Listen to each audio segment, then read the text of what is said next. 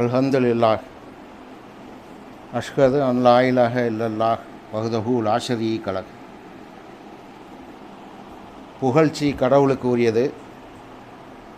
அந்த கடவுளை தவிர வேறு தெய்வங்கள் இல்லை என்று நான் சாட்சியம் பெறுகின்றவனாக இந்த ஜும்மா உரையை ஆரம்பம் செய்கிறேன். இன்ஷா அல்லாஹ் உலகம், வேர்ல்டு, இந்த உலகத்தை பற்றி பார்ப்போம் இன்ஷா அல்லாஹ். இந்த உலகம் அப்படிங்கிறது நம்ம இந்த பூமி பரப்பை பார்க்குறோம். உலகங்கிறத இந்த பூமி ஒரு சமதள மண்ணாலான ஒரு சமதள பகுதியாகவும், அதுபோக மலைகளாலும் மேலும் கடற்பரப்புகளாலும் சூழப்பட்டதாக இருக்குது. அதில் அந்த மூணுலேயுமே மனிதன் உரிமை கொண்டாடக்கூடியவனாக இருக்கிறான் அப்படிங்கிறத நாம் பார்க்குறோம். நிலப்பரப்பு எடுத்துக்கிட்டோம் அப்படின்னாக்கா ஒவ்வொரு நாடுகளும் ஒரு எல்லைக்கோடு வரையறை வச்சுக்கிட்டு அதில் நீ இங்கே வரக்கூடாது, நான் இங்கே வரக்கூடாது, அவன் அங்கிட்டு போகக்கூடாது அப்படின்னு சொல்லி அதுலேயே ஒரு பெரிய ஒரு அதிகாரமிக்க ஒரு நாடுகள்லாம் என்ன செய்யுது அப்படின்னா அதை ஒரு சாக்கா வச்சுக்கிட்டு பல நாடுகளை, சிறு நாடுகளை கைப்பற்றக்கூடிய அளவில் அதோட அதிகாரத்தை செலுத்திக்கிட்டு இருக்குது அப்படிங்கிறத நாம் பார்க்குறோம். அதோட வளங்களுக்காக, செல்வங்களுக்காக. அதுபோல் கடல்லையும் கடல் பரப்புலையும் பார்த்தோம் அப்படின்னா ஒவ்வொரு நாடுகளும் அதனுடைய பாதுகாப்புக்கு அப்படின்னு சொல்லிட்டு கப்பல்களையும், அணு ஆயுத கப்பல்களையும், நீர்மூழ்கி கப்பல்களையும் செலுத்திக்கிட்டு வட்டம் அடிச்சுக்கிட்டே இருக்கிறாங்க. கடல்லையும் அவங்க ஒரு ஏரியாவை வரையறை வச்சுருக்குறாங்க.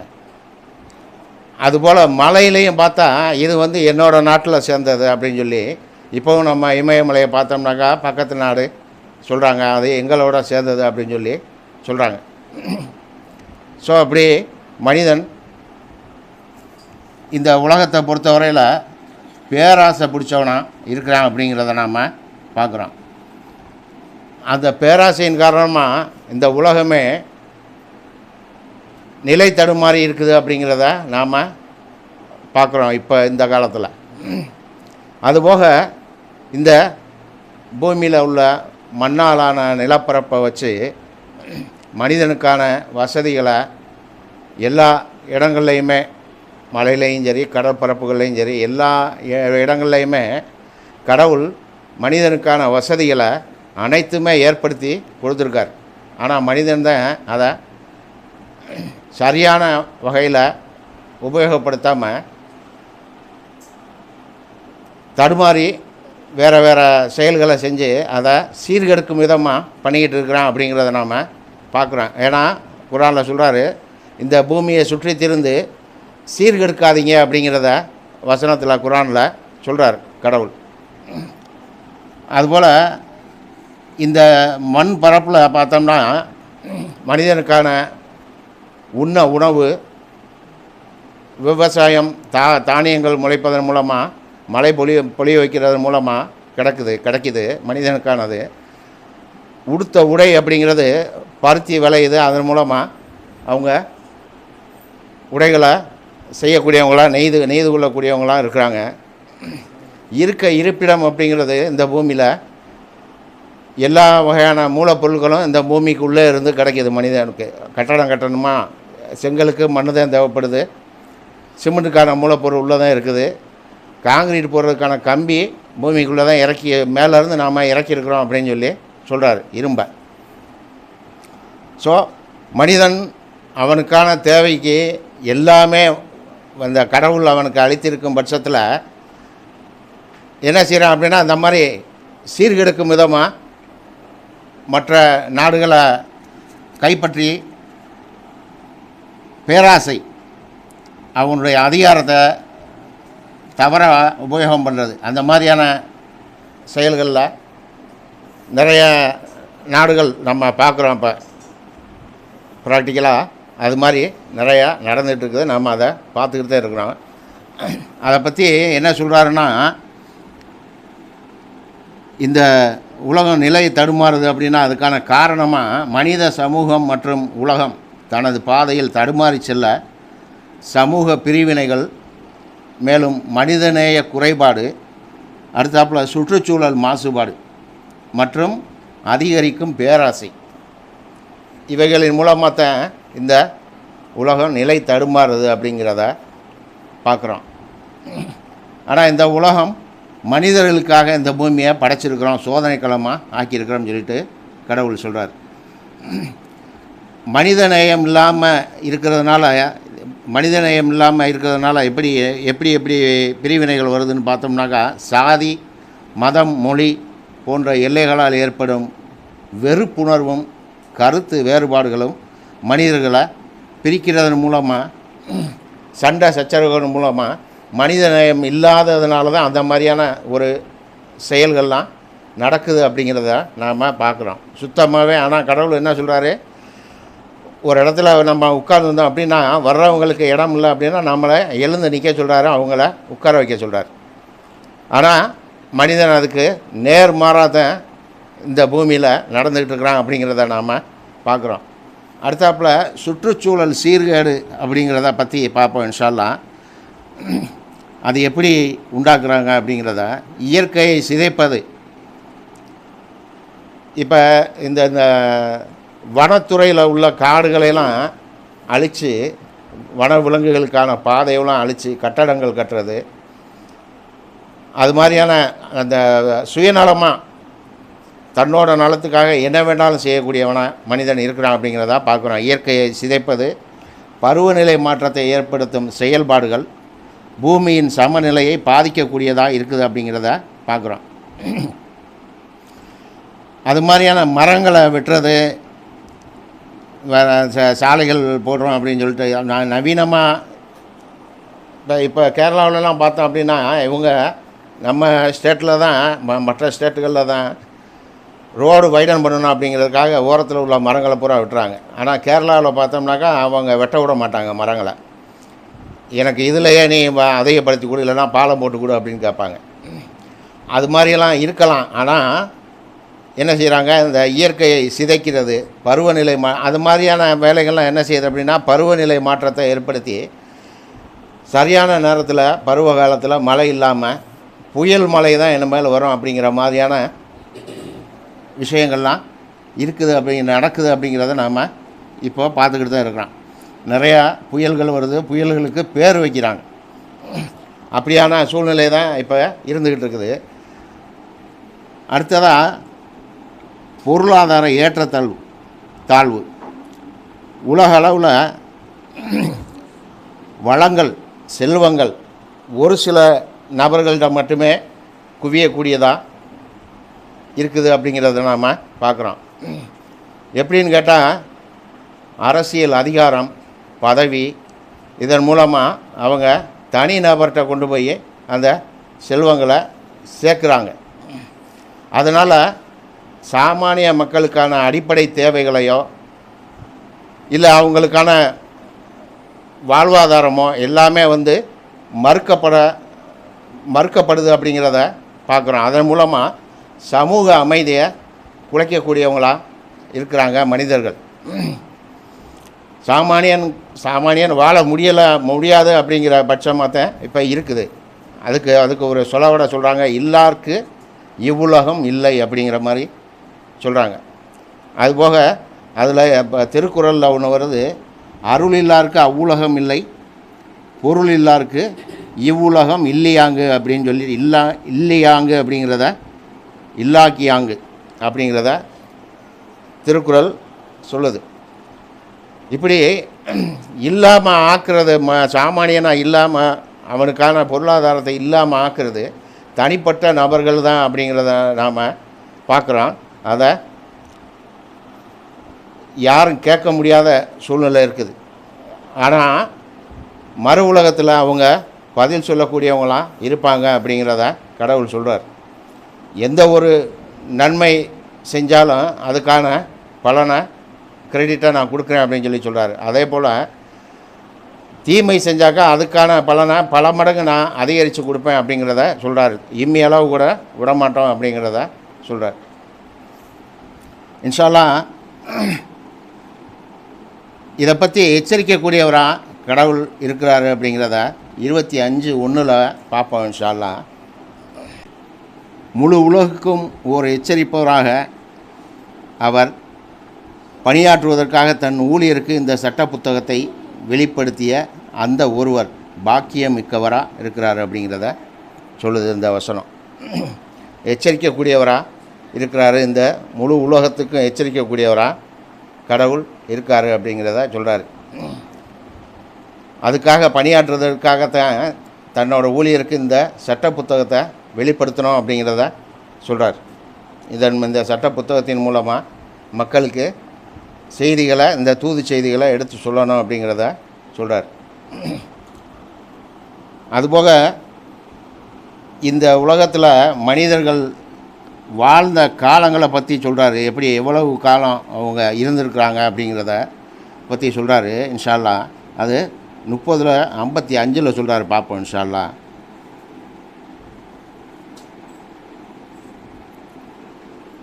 வேலை நிகழ்ந்தேறும் அந்நாள் வரும்போது குற்றவாளிகள் 1 மணி நேரம் மட்டுமே இவ்வுலகில் நிலைத்திருந்ததாக சத்தியம் செய்வார்கள். அவர்கள் அவ்வளவு தவறாக இருந்தனர் அப்படின்னு சொல்லிட்டு அந்த வசனம் சொல்லுது. ரொம்ப குறுகிய காலம்தான், 1 மணி நேரம் மட்டும்தான் இதில் இருந்தோம் அப்படிங்கிறத சத்தியம் பண்ணி சொல்லக்கூடியவங்களாக இருக்கிறாங்க அப்படிங்கிறத நம்ம இந்த வசனத்தின் மூலமாக பார்க்குறோம். அவ்வளவு தவறாக அந்த மனிதர்கள் இருந்திருக்கிறாங்க அப்படிங்கிறத நாம் பார்க்கலாம் இன்ஷா அல்லாஹ். அடுத்ததாக இந்த உலகமானது தற்காலிகமானது அப்படிங்கிறத சொல்கிறாரு. இன்ஷா அல்லாஹ் அதை பார்ப்போம். அந்த ஒரு வசனம் மட்டும் பார்த்துட்டு இன்ஷா அல்லாஹ் 10:70 சொல்கிறாரு. இவ்வுலகில் அவருடைய தற்காலிக பங்கை அவர்கள் பெறுவார்கள். அதன் பின்னர் நம்மிடமே அவருடைய இறுதி திரும்புதல் இருக்கின்றது. பின்னர் அவர்கள் நம்பிக்கை கொள்ள மறுத்ததற்காக அவர்களை நாம் கடும் தண்டனையில் கொண்டு சேர்த்து விடுவோம் அப்படின்னு சொல்லி சொல்கிறார். அவர்களுக்குரிய தற்காலிக பங்கு அவங்க இந்த உலகத்தில் பெறக்கூடியவங்களாக இருப்பாங்க. அதுக்கு பிறகு கடவுள்கிட்டைய அந்த மனித சமுதாயம் திரும்பக்கூடியதாக இருக்குது அப்படிங்கிறத சொல்கிறார். பின்னர் அவர்கள் நம்பிக்கை கொள்ள மறுத்ததற்காக அவர்களை நாம் கடும் தண்டனையில் கொண்டு சேர்த்து விடுவோம் அப்படிங்கிறத சொல்கிறார். இன்ஷா அல்லாஹ் நாம் அது மாதிரியான சூழ்நிலையெல்லாம் இருந்து நம்மளை தவிர்த்து பாதுகாக்கணும் அப்படின்னு சொல்லி அல்லாஹ்ட்ட பிரார்த்திப்போம். தூபு இலல்லாஹ். அல்ஹம்துலில்லாஹ் அஷ்ஹது அன் லா இலாஹ இல்லல்லாஹ் வஹ்தஹு லா ஷரீக லஹ். புகழ்ச்சி கடவுளுக்குரியது, அந்த கடவுளை தவிர வேறு தெய்வங்கள் இல்லை என்று நான் சாட்சியம் பகிர்கின்றேன். இன்ஷா அல்லாஹ் இந்த 2வது உரையில் இந்த தற்காலிகமான உலகத்தில் நாம் எப்படி பயணிக்கலாம் அப்படிங்கிறத பற்றி பார்ப்போம் இன்ஷா அல்லாஹ். 30:7 சொல்கிறாரு.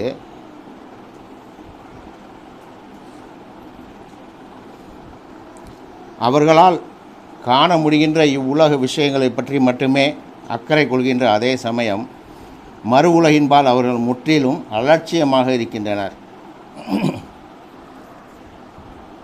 சொல்கிறாரு. இந்த உலக விஷயங்களை பற்றி மட்டுமே அவங்க அக்கறை எடுத்துக்கிறாங்க. அதே நேரம் மறுமையின்பால் அவங்க ரொம்ப அலட்சியமாக இருக்கிறாங்க அப்படிங்கிறத சொல்கிறார்.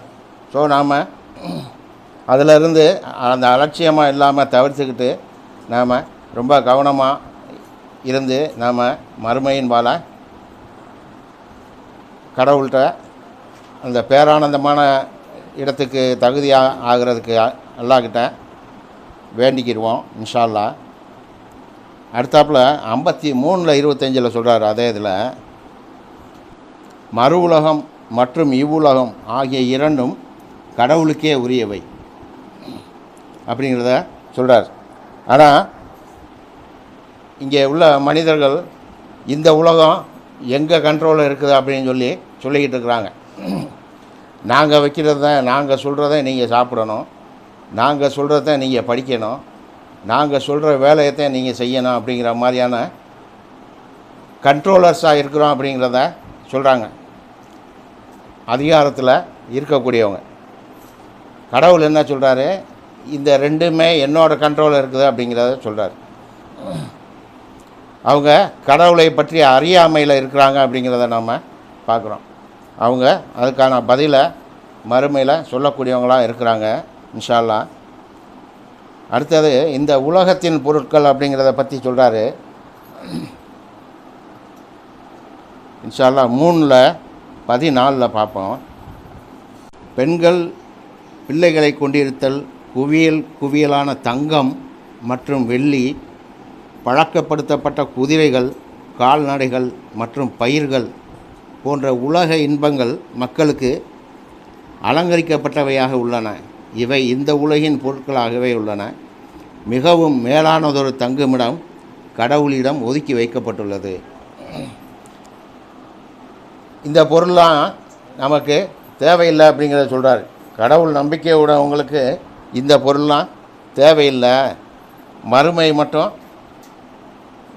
மட்டும் சிறப்பான இடம் கிடைஞ்சால் போதும் அப்படிங்கிறத சொல்கிறார். அதுக்கான வேலைகளை மட்டும் பார்க்கணும் அப்படிங்கிறத நாம் தெரிஞ்சுக்கிறணும் இன்ஷா அல்லாஹ். அடுத்தாப்பில் இந்த உலகத்தின் பொருட்களை பற்றி 134 சொல்கிறாரு இன்ஷா அல்லாஹ். அதை மட்டும் பார்ப்போம்.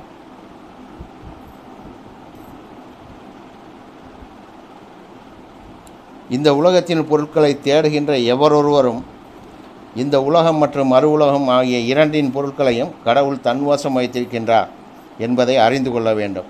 கடவுள் செவியேற்பவர், பார்ப்பவர். இந்த உலகம் மறு உலகம் ரெண்டுலேயுமே உள்ளது அவர் வசமாக இருக்குது அப்படிங்கிறத, கடவுள் வசமாக இருக்குது அப்படிங்கிறத நாம் கவனத்தில் வச்சுக்கிறணும் இன்ஷா அல்லாஹ். இது எனக்கு உரிமையானது அப்படிங்கிற இதுக்கெல்லாம் இங்கே வேலையே கிடையாது. எல்லாமே கடவுளுக்கு உரியது தான் அப்படிங்கிறத நாம் மைண்டில் வச்சுக்கிறணும் இன்ஷா அல்லாஹ். அடுத்து இந்த உலகத்தில் கடவுளுடைய கருணையை பற்றி பார்ப்போம் இன்ஷா அல்லாஹ். 2:130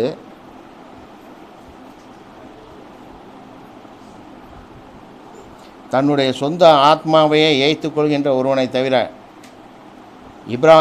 இப்ராஹிமின் மார்க்கத்தை யார் புறக்கணிப்பார்? இந்த வாழ்வில் அவரை நாம் தேர்ந்தெடுத்தோம், மேலும் மறு உலகிலோ அவர் நன்னறியாளர்களுடன் இருப்பார் அப்படிங்கிறத சொல்லுது அந்த வசனம். அடுத்து இந்த உலகம் முழுமைக்குமே உரிய தேவையான தூது செய்தியாக இந்த குர்ஆன் இருக்குது அப்படிங்கிறத 68:52 சொல்கிறாரு இன்ஷா அல்லாஹ். அதை பார்ப்போம். 68:52 நிதர்சனத்தில் இது உலகத்திற்குரிய ஒரு தூது செய்தியே ஆகும் அப்படிங்கிறத சொல்கிறார். இந்த உலகம் முழுமைக்கான ஒரு தூது செய்தியாக இந்த சட்ட புத்தகம் இருக்குது அப்படிங்கிறத சொல்கிறார். அடுத்ததாக இந்த உலகத்தில் மூழ்கி விடக்கூடிய மக்களை பற்றி சொல்கிறார். 7:51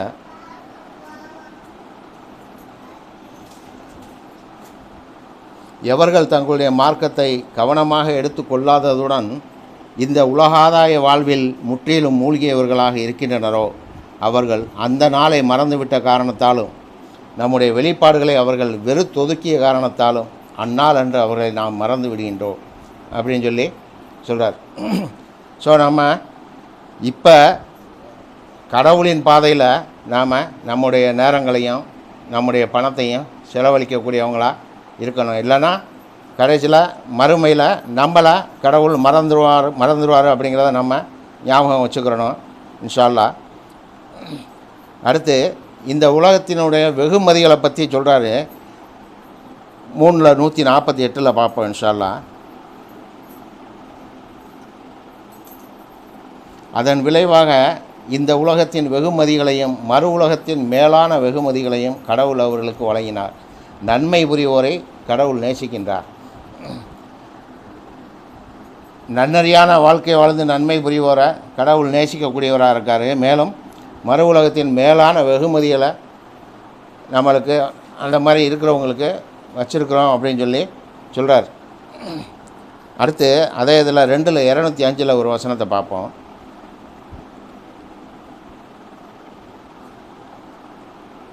அவன் அப்பால் சென்றவுடன் சொத்துக்களையும் உயிர்களையும் அழித்தவாறு சீர்கெடுக்கும் விதமாக அவன் பூமியை சுற்றி திரிகின்றான். கடவுள் சீர்கேட்டை விரும்புவதில்லை. அந்த மாதிரி மனிதன் சீர்கெடுக்கும் விதமாக பூமியை சுற்றி திரிகிறான் அப்படிங்கிறத சொல்கிறார். சொத்துக்களையும் உயிர்களையும் அழித்தவாறு சீர்கெடுக்கும் விதமாக பூமியை சுற்றி திரிகின்றான்னு சொல்லிட்டு சொல்கிறார். கடவுள் சீர்கேட்டை விரும்புவதில்லை. அடுத்தாப்புல உலகத்தினுடைய முடிவை பற்றி சொல்கிறாரு. இன்ஷா அல்லாஹ் கடைசியாக அதை பார்ப்போம். 16:77